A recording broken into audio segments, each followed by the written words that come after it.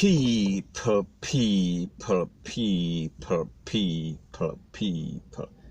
Que pasa, suck, say what they do. Now the first part of this video is called T-free, and more T-free on top of T-free. And the first suspect, we are speaking about the JPS Jamaica Public Service, which happens to be our sole utility company in Jamaica. That means that they have a monopoly. Now people, first thing first, people have been always complaining about the monopoly that JPS has in Jamaica, and the government basically kind of put them under some sort of pressure. And they say that they are supposed to find a new way to make sure that the light bill, the utility bill in Jamaica is reduced. So this company launched a campaign and they claim that they are investing hundreds of millions of dollars. We are speaking about US dollars, and they are going to improve the way that they do business, improve the way that they provide electricity to Jamaica. They were going to change from fuel, which was very expensive at the time, and they are going to convert it to LNG, which is liquid natural gasoline. So they did that, and they promised the people in Jamaica that they are going to see vast improvement in their light bill. We are speaking about much lower bill. However, it seems as if since that promise, nothing has happened, and people like them say, promise is a comfort to a fool. So therefore, if you believe in promises, you can believe in any sort of thing. You will believe in just about any sort of thing. So anyways, when they made this promise, they did convert to LNG, liquid natural gas.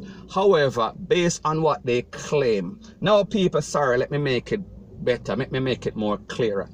After they converted to liquid natural gasoline, we saw that the price of gas that they used to use before, it basically plummeted. That means it got cheaper because of everything that is going on as far as it concerns with the COVID situation. So therefore, the LNG now became more expensive than the gas which they were using. However, based on what JPS says or claim, they claim that they signed some sort of agreement with some sort of company, and people, I don't know if this is an independent company. However, they claim that even though the gas is much cheaper, them still have to stick with the LNG, liquid natural gasoline, because of the contract that they signed. Now people, let me ask you a question.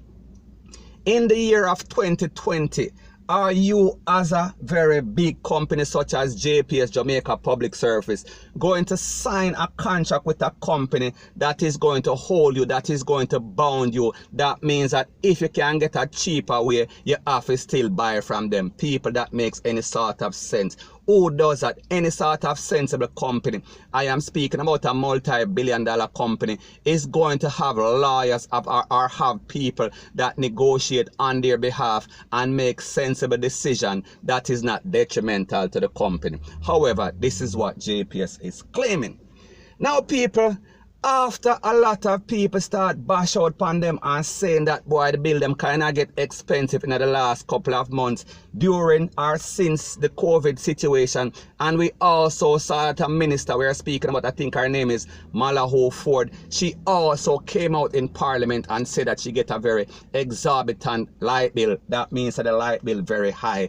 So after that, we saw that Parliament draw them up and want to question them, want to interrogate their business activity. And we saw that the JLP and the PNP, everybody come together and say, listen, we have to do something because this is now getting critical. This is now getting serious. Now, based on the information that was out there, JPS used to claim, say, is because of the fact that people are now home. Now most of the students are home. We are talking about the pit of them. So they basically claim that the reason is that people, we are speaking about parents and the pit of them, they are using much more light bill, they might use more electricity because of the fact that they are home more frequently. Now people, the people must say, of course we understand that. We expect that the bills would have gone up a little bit, but not to the extent that it has gone up. So people, we say basically that was a lie. So people, fast forward 2020 right now today.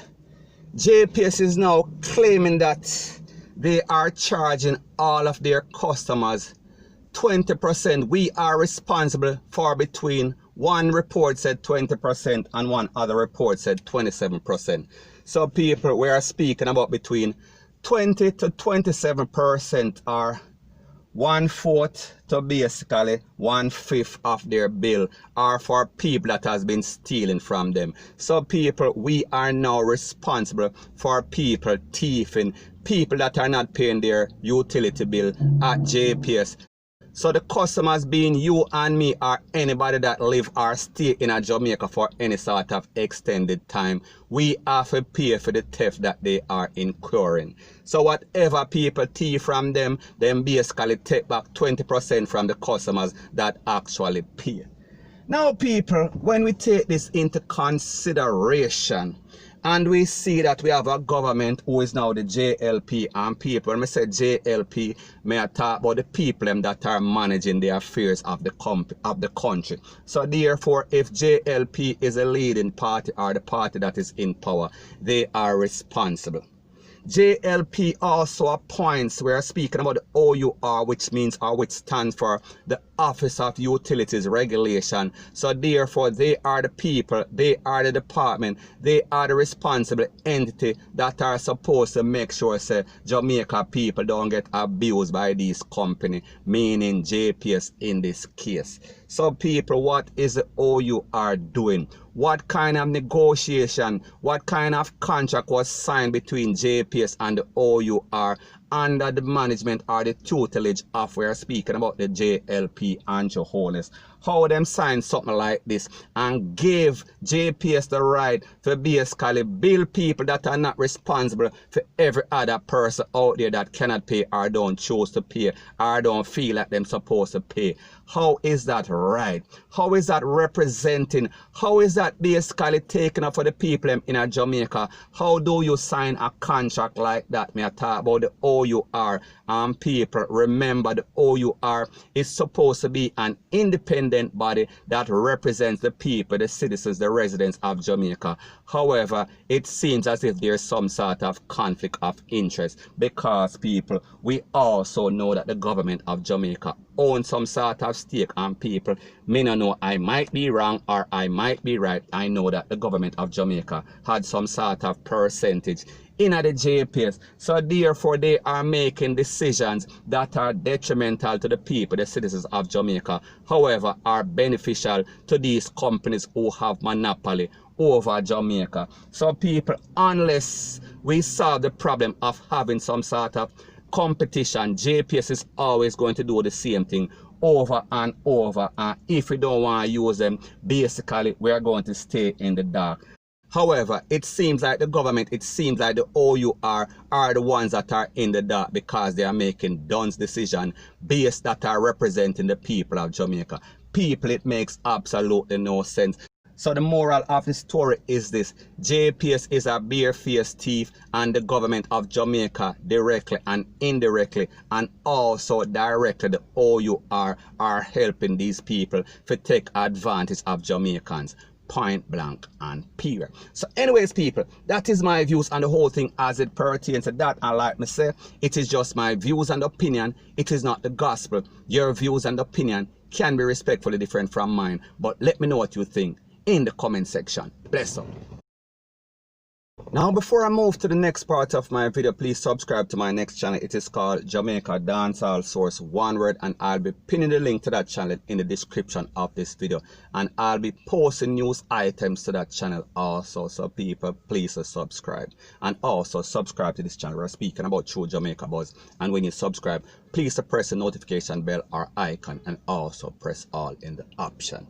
Now people, remember I said that the name of this video is Thief, Thief, Thief, and more thief, and more a thief, much a thief. Now the next thing that is popping is that we see that the councillor for the St. Anne's Municipal Corporation, Mayor Michael BELNAVIS, has resigned. And people, he came under pressure from other people from the corporation. We are talking about in St. Anne's, and also the national government minister. We are speaking about Desmond McKenzie. They held a meeting and they thought that it would be in the best interest of this person to resign because of all the controversy and thievery that has been perpetuated by this man. Now people, what are some of these things that this man is doing? First thing first, there was $46 million that was squandered or theft or used loosely from funds that came from the Tourism Enhancement Fund. So therefore they gave St. Anne's Municipal Corporation $46 million to clear up some sort of, or clean up the area we are talking about St. Anne's because of the COVID situation. So people, basically what they did, they had a couple of trucks spraying the place with all sort of cheap chemical. We are talking about Chinese chemical, and also them claims so them clear up all sort of place. We are talking about wipe down this, wipe down that with all sort of bootleg. We are talking about cleaning agent. However, when the bill came, it came to a whopping $46 million.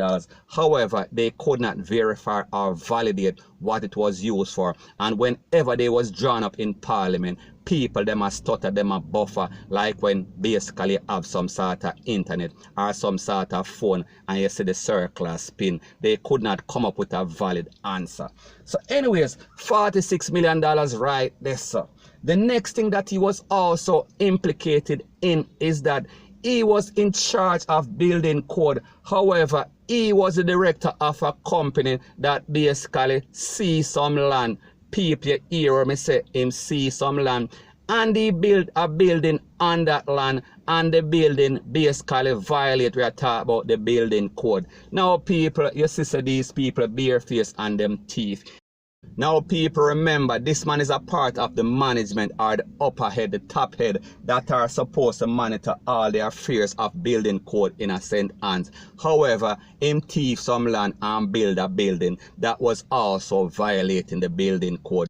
So we are clearly speaking about a conflict of interest or a case in which the wolf or the hyena them are watch the chicken coop, because people, we say he is a thief, point blank and period. So anyways people, that is the second thievery that he did. The next thing that he did, he installed a charging port for his own car, his luxury vehicle, at the municipal corporation for $100,000 without any sort of authorization. So people, this only shows you that these people are a set of barefaced thieves that feel as if they are entitled. Them feel like government property. Them feel like anything them want, them can seize it. Because it seems like they feel as if they are above the law, and anything that is a property of Jamaica is basically for them. They can do whatever they so choose, point blank and period. Now the next thing that is popping is that we see that the Petrojam scandal is back in the highlight, and people, this is based on the person that was supposed to be the person that is in charge. We're speaking about who was the minister at the time, Andrew Wheatley. He is under fire.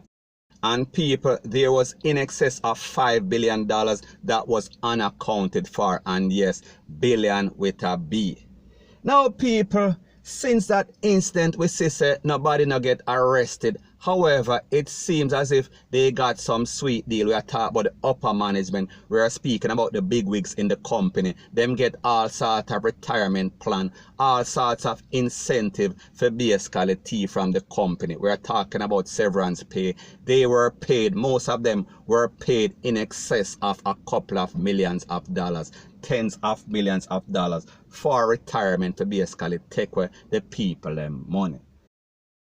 Now people, based on some damning allegations by the NIA, we are speaking about the National Integrity Action Group, they have said, or they have come up with some conclusion that these people, these bigwigs, including Andrew Wheatley, they have placed people in a certain position for rob the place. We are talking about Andrew Wheatley. He also hired somebody that was a family member of a family member, and he claimed that they were just friends. He claimed that when he was questioned, he claimed that he did not really associate with this person only for find out that basically this person or this other person, top person, was a part of his family tree.